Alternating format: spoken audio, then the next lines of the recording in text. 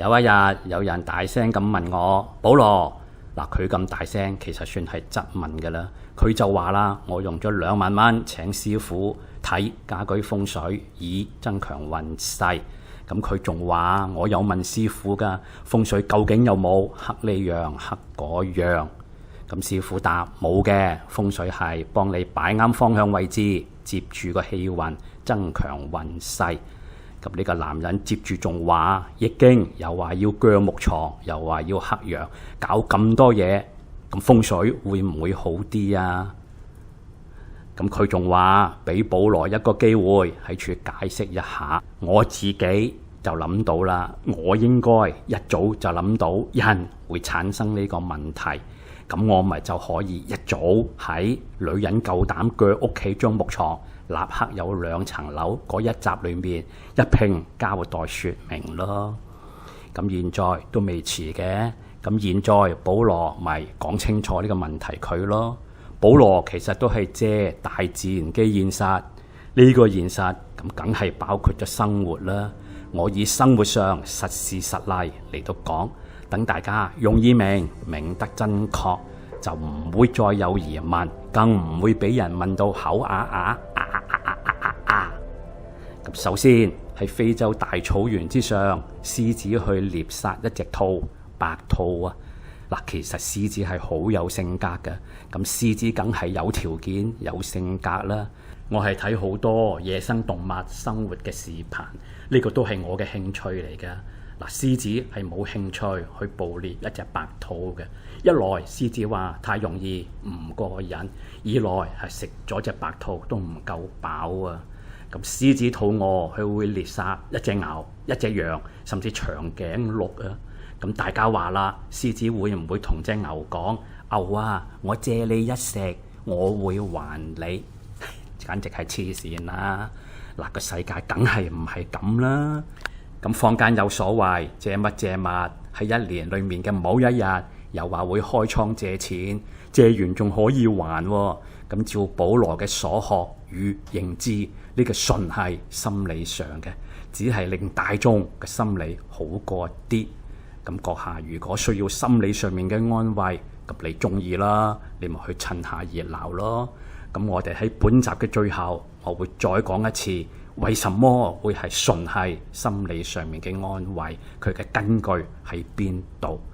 世界嘅實情係，獅子想食一隻牛，獅子會先觀察，等牛離開咗呢個牛群，冇乜危險，有80%安全，獅子就會一撲而上，專咬牛嘅喉嚨，等佢斷氣，然後開始傳牛煙，將全隻牛食咗，等呢個世界大自然少咗一隻實體真真實實嘅一頭牛。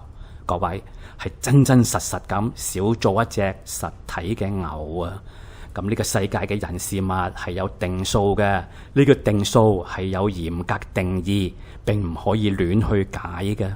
咁牛得返一棚骨，咁大草原呢個世界係的而且確少咗一隻獨一無二又有記認嘅牛。基於數有定，咁保羅附帶講一句啊，根據2023年嘅統計，世界總計嘅出生率係大於高過死亡率，亦即是話上帝仍然俾面呢個地球，上帝愛世人啊，地球仍然係宜居之地，咁人類仲係可以喺呢個地球度安居樂業落去。咁呢個統計係美中情局，即係美國中央情報局做嘅。咁佢哋係有分各大洲各地嘅統計，咁統計仲發現死亡率大過出生率嘅地方，唔係話各行各業好難做得起咁簡單啊！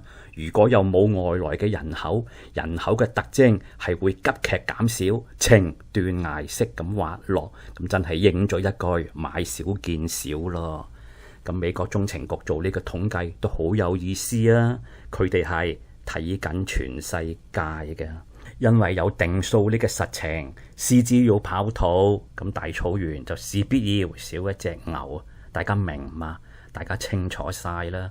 咁易經平天下，保羅講易經有法術嘅一面，嗰一集裏面提過啦。保羅個朋友個老婆，如果佢冇克陽，佢如何喺邊處喺邊個角落揾到多出嘅一份，令到自己得到多啲啊！大家去認真諗諗啦。咁天地確係有陰盛陽衰之時，仲要在係我呢個朋友自己答應出晒錢出晒家用，而令到呢個男人點頭答應同意。咁在女主人嚟講，咁人哋有辦法咯，有一條好嘅成事嘅橋，而男人自己同意，實屬自然，成件事也就是自然。咁係有方向講嘅，易經平天下講少過卦，講過關嘅一集就提過啦。人向西面行，去到極西嘅地方，甚至喺極西嘅地方嗰處流浪，自我放逐，係能夠扭轉命運與局勢。咁喺歷史上嘅例子係好多嘅，例如當年八國聯軍攻入北京，慈禧倉皇而逃。咁慈禧太后選擇嘅係向西面走喎，咁如果佢向南面走、北面走，咁我保羅負責任咁講，都一定係被聯軍生擒。咁就唔係清朝慈禧太后遭殃啊，而係中華民族中華兩個字都有可能消失與滅亡嘅。慈禧太后向南逃，點解聯軍一定夠膽追上去啊？因為南方當時已經好富庶同繁榮，咁乾隆七下江南就可以做證明啦。而慈禧太后向北逃，亦都一定遭殃，係因為當時北面俄國沙皇勵精圖治，佢一定係趁火打劫嘅。咁慈禧太后向西逃，係當時清朝最後一位國師叫七世張家嘅提議。咁七世張家係儒釋道裏面嘅邊一門邊一家，咁自己去查下啦。大家都去河邊飲水，咁獅子又去河邊獵食，咁獅子嘅機會係咪大咗多咗啊？機會又大又多，咁啲人就會話運勢強。咁風水學上係有話令人揾多啲嘅，咁你揾多出嚟嘅一份從何而來啊？你又冇黑呢樣食嗰樣啊？如果冇，咁你如何點樣揾多啲？假設你又真係揾多咗啦，咁你係唔係喺處透支緊自己嘅未來啊？咁好咩？保羅讀書嘅時候讀老子嘅《道德經》，教授同我哋講天地不仁，全句應該係天地不仁也不惡不惡。天地不仁不惡不惡嘅意思係天地冇意志，唔話事冇意見，咁梗係啦，生死都義也由天啦。我哋喺天地眼中係初九也罷，不是初九也罷。總之人生活上面嘅細節，天地唔得閒理你嘅啦。我哋各自去做自己人生嘅實驗，從各個方面不遺餘力，盡量揾得更豐盛多些，虛懷若谷咁去做，沉默是金咁去做啦。咁保羅講出咗真相，都係盡咗讀過中國古典籍嘅責任。咁會唔會有人話使鬼你負責咩？咁我唔講都講咗啦。咁今集完，再見，請。